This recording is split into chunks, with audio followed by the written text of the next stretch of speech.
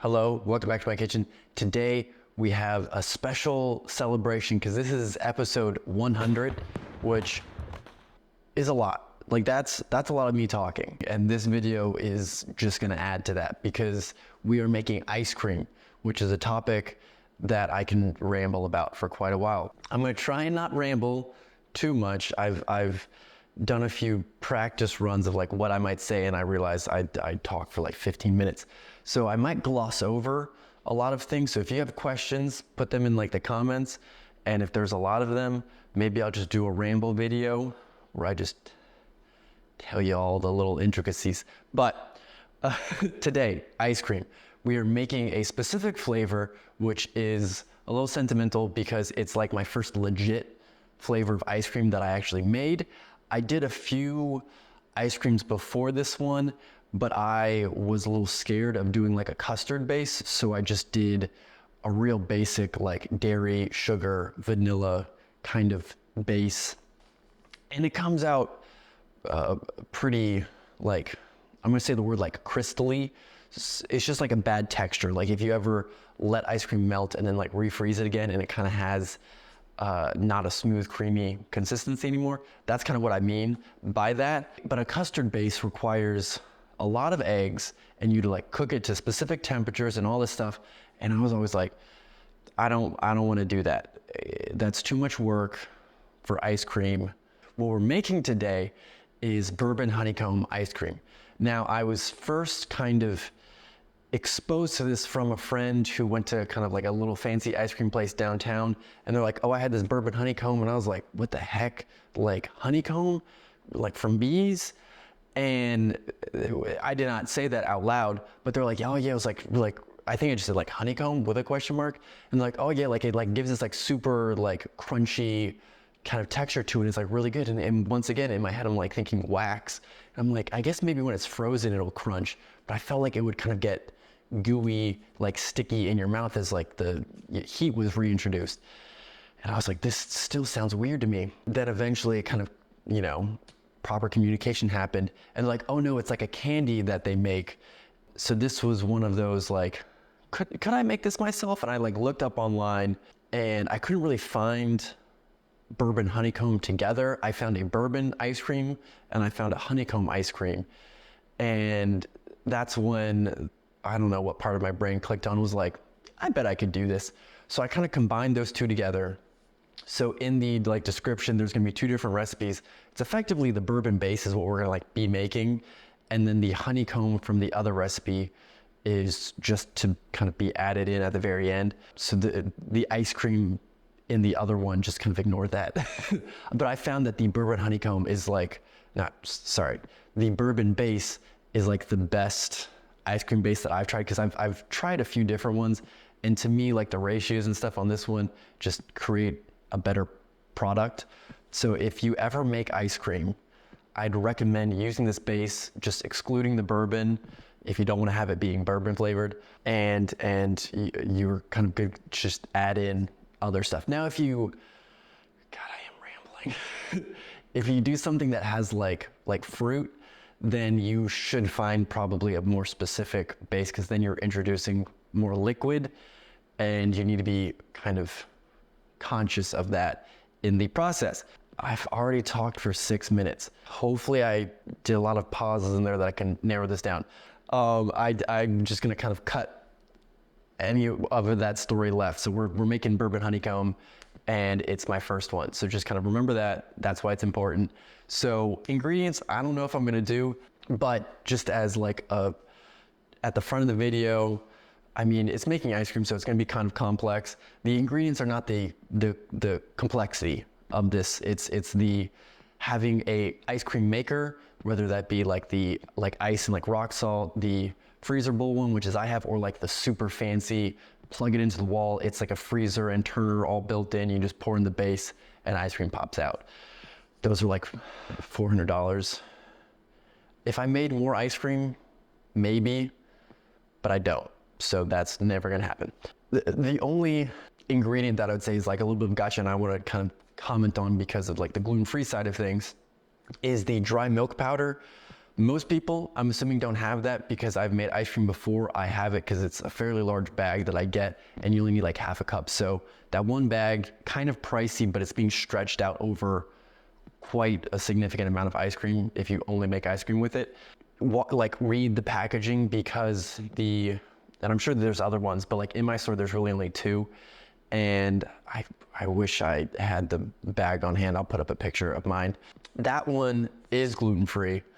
And then the other one is like, I think a Nestle branded one. It has like a brand name, but it's like owned by Nestle. That one, I believe, says may contain wheat. So it's not like a definitive it's in the ingredients.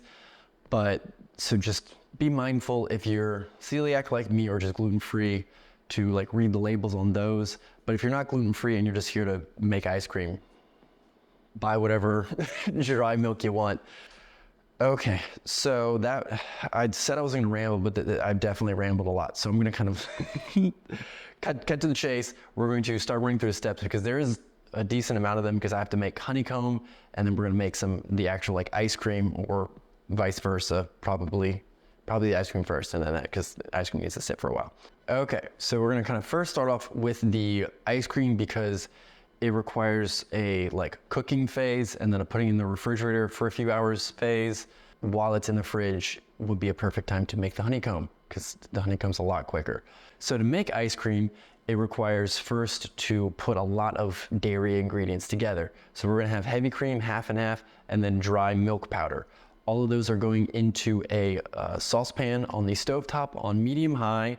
We're gonna get that up to a simmer, and then, as always, because it's dairy on the stove, don't leave it unattended because it's a lot of it too. So like, unless you have a real big pot, it's gonna boil over quick. Also, it really shouldn't be boiling too much, because I've already done this. Mine definitely went a little bit past the simmer and definitely into a boil, but I think the final product did not suffer from that. Just keep an eye on it. Just stand there. I was very tempted to go do the dishes, but don't, because that would have been a disaster. So, all right, warning aside, pretty easy step. Just keep your eye on it.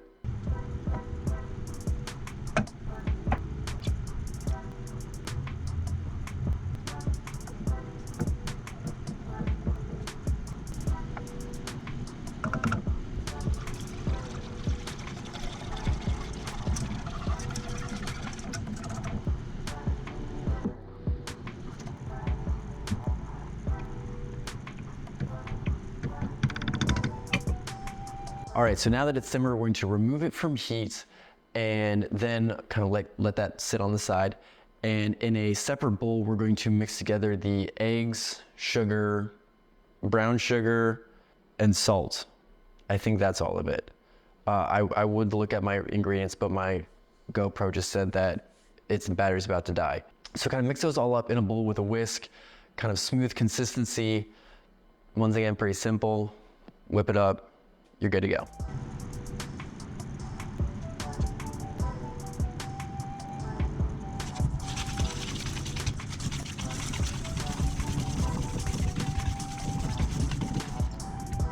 Next, we want to temper the whole mixture. So add a little bit of the dairy mix to the egg yolk mix, and then whisk that all up, and then add the egg yolk mix back into the dairy mix, and then stir all that kind of continuously, because if you don't, eggs will cook. So kind of keep that moving.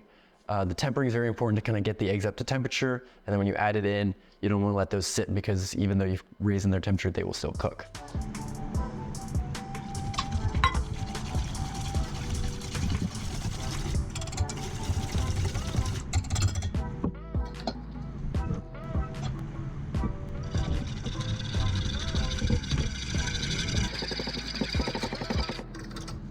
Now we want to put it back on the stove top on like kind of medium low heat. Cook it until it gets to, I think it's like 173 to 178. If you don't have a thermometer to check that, I believe if it what leaves like a line on the back of a spoon, like if you swipe it, we'll kind of show you that's like thick enough to the right temperature.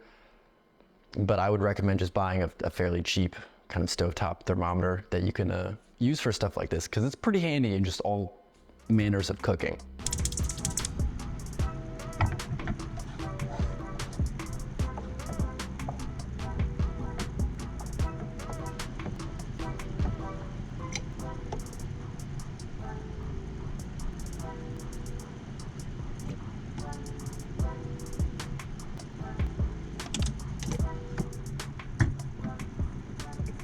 And now just like remove the whole mix from the stovetop, so remove from heat, and then add in the vanilla and the bourbon. Obviously, if you don't want to have the bourbon in there, you don't have to. There is an argument that it will help keeping things from like all like freezing together, like the whole like crystalline structure like I've been talking about. It's not a big deal if you don't have it. We have enough other things going on that you should be good to go. So if you want the bourbon in there, obviously the Bourbon Honeycomb, so like I kind of need to put it in there for the name. For you making this yourself, add it if you want. You don't need to add it. It's still tasty without it. I've made this without that. Still very good. So kind of do what you want here. You can kind of mix and mingle a little bit, and you should be good to go. Oh, and then put the mix in the fridge for at least 3 hours. You can do it overnight.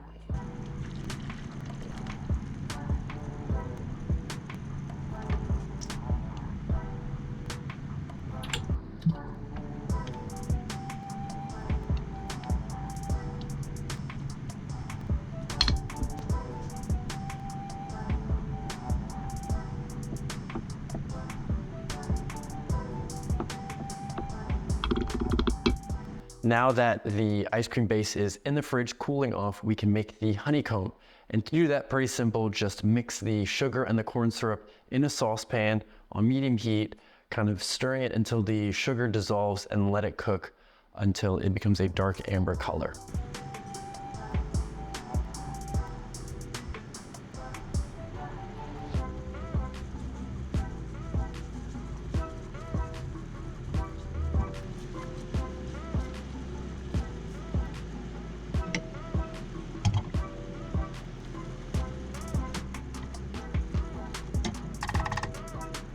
Now the next step, you need to be a little bit quick about it, because we are mixing in the baking soda and the salt, and that's gonna cause a chemical reaction where everything's gonna kind of bubble up really quick. You need to be kind of ready to go. So have like a baking sheet with either parchment paper on it, or in my case, I just have a silicone mat that I'm going to put on this surface. Dump in the baking soda and salt, whisk that up. It's gonna kind of bubble up almost instantaneously, and then kind of pour it out onto the surface and let it cool, and then come back maybe like half an hour or so later, and then break that all up into more like bite-sized pieces.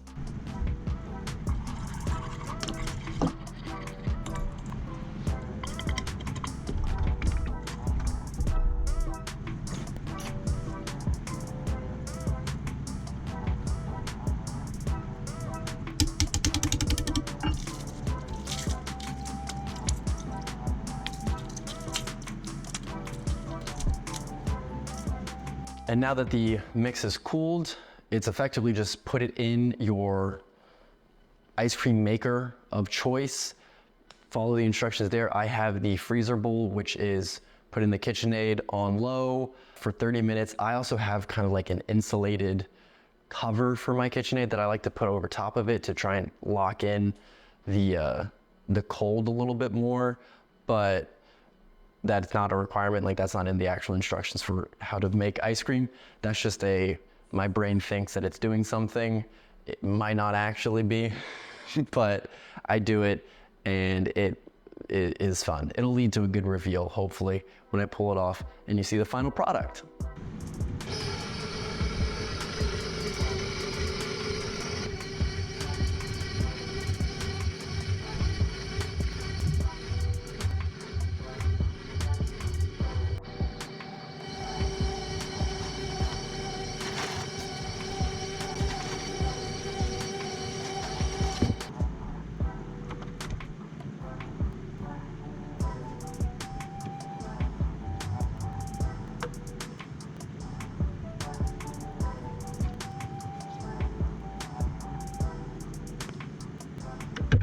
All right, so we're back. This is set for, in my case, 2 days, because I had some technical difficulties with my camera, and filming got cut short yesterday, so I never actually got to the taste test, and it took me like a day to fix it. So here we are. It should be super set. I was thinking of just doing like a full scoop, but homemade ice cream melts fairly quickly. So instead, I'm just gonna do like a single spoon, scoop it out of here, eat it. I figured that would just be a little bit quicker, so I can do a taste test, put this back in the freezer, talk about things for a little bit, and then after I'm done filming, I can treat myself to a more legit scoop. So why don't we get into it? I am pretty happy with that. Look at that. It is set, it is solid. You can see little honeycomb bits in there. So why don't we do a quick taste test? Get some honeycomb. It is smooth and silky, so I'm happy with that. Sometimes you'll get kind of rock solid ones where you're trying to scoop into it and it just won't give, but as you saw, scoops quite well. So let's give it a taste test, and then I will probably rant at you for a little bit more. That is delicious. The like honeycomb, when you put it in, because the ice cream is so a little bit liquidy and it's effectively just sugar, will dissolve a little bit kind of on the outside. And because of the process of, you're cooking sugar, it gives a very caramely flavor. So it kind of brings in like a crunch, but then also kind of like hints of caramel. And the like brown sugar being in like the base just gives that a nice like rich depth to it, rather than just being like a plain vanilla. And then the bourbon kind of at the end gives a little bit more of like a clean feel. Like it adds a flavor to it. Like you can definitely taste what like the bourbon is, but I'm guessing the alcohol probably, like the little bit that's present, does like evaporate off the tongue a little bit and gives you less of that kind of heavy milk fat kind of film on your tongue, and a little bit more of like a light experience. So it is just tasty. Like all of it together works really well. I enjoy it. I'm excited to now have that in my fridge for me to consume. And I hope that this has inspired you, because this was like my first ice cream that kind of took me from, I can't do this, to, oh, this isn't too bad. Like this is quite fun. Let me try experimenting with other kind of crazy flavors. And I've done a lot. I mean, from like a classic one, I did a like chocolate brownie one. So it was like a chocolate base with like brownie bits in there. That one was really good. To something a little bit more kind of out there, which was a also chocolate base, I realized, a Mexican hot chocolate. So it actually had like cayenne pepper in it. So it was kind of like spicy ice cream. That one was actually quite good. And I even, for whatever reason, like I had no, like I just was eating all this myself. I did share some of, well, I can't remember which ones I've shared with people versus which ones I just managed to eat on my own, because I did kind of start this during middle of like COVID. So there were times when you were like not really interacting with people for a while, but I did like a fall series where I did 4 different ice cream flavors. Like one was a sweet potato base with like a praline drizzle that went on top. But the most complicated ice cream was within that. It was a caramel apple ice cream. That's kind of like how I called it. The caramel apple, I made apple butter to go in it, and that just took hours because you have to reduce that on the stovetop for ages. And I made my own caramel, and I think that one was a rum base.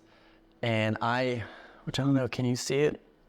You can kind of see part of it. You can't see the tequila, it looks like, but you can see the bourbon and you can see the rum that I have there. And all of those, well, the tequila I bought to make margaritas for Cinco de Mayo, but the other 2 exclusively have been ice cream related. It's just fun. It's a fun little hobby, and then the outcome is you get ice cream. So I highly encourage you to give it a go. I understand that it's a bit tricky because you kind of need to have the gear to make it. If it seems interesting to you, find something that seems like just get like a cheap hand crank one. Probably not gonna be the best quality because you are not a machine, so it's not as like uniform as like me using my stand mixer. If it kind of gets you experimenting with it, all power to you. Or if you have a stand mixer, buy the attachment. I don't know how much it was because mine was a gift, but definitely worth it. And it's just a good time, you know, make it, share with friends. I ramble a lot. I can talk about, I mean, you guys know, I can talk about food. I can talk about ice cream for a long time. So I'm just going to cut myself off and hopefully you go make some. And on that note, bye, Mom. Still not dead. See ya.